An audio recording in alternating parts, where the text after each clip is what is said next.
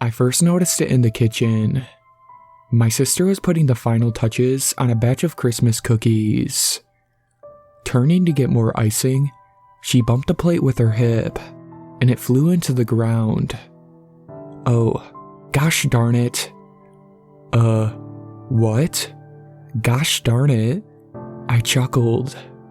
Who are you, and what have you done with my sister? Brittany stared at me blankly. Look, I know my sister. She swears like a 50-year-old sailor drunk on cheap beer.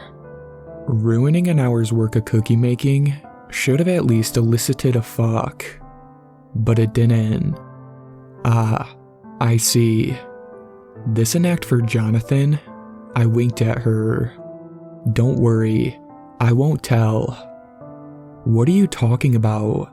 She asked. I bent down, picking up shattered pieces of cookie. You know, your constant swearing, your secret's safe with me. I reached for another piece of cookie, picked it up, threw it towards the garbage. Instead of falling in, it ricocheted off the edge. Ah, fuck. I froze. At the exact moment I said fuck, a car horn had blared outside, drowning it out completely. I frowned. Fuck. Another car horn. Fuck, fuck, fuckity fuck. A strangely loud flock of geese called outside the window. What the? A dog barked. Is going on here? I stared at Brittany, eyes wide. She ignored my question.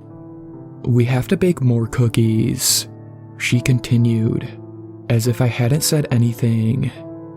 If the Christmas celebration tonight doesn't impress Christopher, he's going to shut down the community center forever. The community center? When have you given a train whistled about the community center? Since I started Woofies. What? You know, my business. Baking dog Christmas cookies. I frowned. These cookies are for dogs? She nodded. Okay, look. What has gotten into you? I stood up, brushing the crumbs off my hands. You don't even like dogs. You say they make too much noise and poop everywhere. You don't even like animals, period. Or kids. That reminds me, Christopher's nephew is going to be at the celebration. He's an orphan and he loves dogs too. I think I'm going to surprise him with a puppy from the shelter. I stared at her. What? It's going to be so awesome. Don't you love Christmas? I threw up my hands. You're acting really weird right now. I'm going to, go rest for a while, okay? She nodded, eyes wide and a perky smile on her face. That's when I noticed something else. She wasn't wearing her usual outfit of a black tank top and skin-tight jeans. Instead, she was wearing a bright red sweater and a neat skirt. Her hair, which was usually tied up in a messy bun, fell in perfect, loose waves around her face. You're dressed weird, I muttered. She just smiled back at me. I trudged out of the kitchen, through the family room. I was about to climb the stairs when I stopped. Something's different. Well, for one, my mom's house was clean, which was super weird, because she's a borderline hoarder who keeps everything from 20-year-old Christmas cards to free pens. The clutter was gone. A fire was going in the fireplace, and a fluffy red throw pillow sat across the sofa. Weird. But there was something else. My gaze caught on the mantle above the fireplace. Even from a distance, I could tell the photos were different. I'd seen the photos there a million times. The dorky photo of me in braces I hated. The photo of the 4 of us and our cat. They were burned into my brain. Not one of the familiar photos remained. I stepped closer, studying the photos. A girl with braces playing outside. A mother and a father sitting on a sofa. 2 toddlers between them. 2 girls holding hands while sitting on a swing. My heart dropped. Every muscle in my body paralyzed. They weren't us. They looked like stock photos. Stock photos of a family that roughly, very roughly, resembled ours. I ran up the stairs, my head spinning, my throat dry. What's going on here? Nothing made sense. Not the way Brittany was acting. Not the way she was dressed. Not my mom's house. Not our photos. It all clashed in my brain, so wrong. I collapsed into the bed of my childhood room. The only thing that felt familiar in this house. My stuff had been boxed up long ago, but the walls were still the shade of lavender I picked out in middle school. The bedspread was still deep purple. The mattress was still soft as a feather. I lay in the silence. Funny how now there were no random car horns or flocks of Canadian geese. I was almost drifting off to sleep when I heard it. Footsteps in the hallway. Brittany, I called. But they sounded louder, heavier, like a man's footsteps. I shot up in bed, my heart pounding. Our father had passed away several years ago. Christmas dinner wasn't for a few days. Too early for my uncles to be here. I backed away, heart drumming in my chest. Hello? I called out. The footsteps paused. Who's there?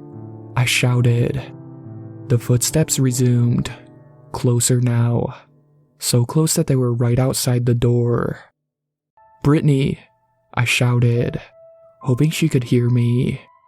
Brittany, there's someone. The door opened. My voice died in my throat. A man stood there, a naked man, with only a small towel wrapped around his waist.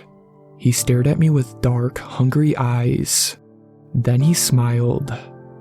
Hey honey, are you okay? I screamed.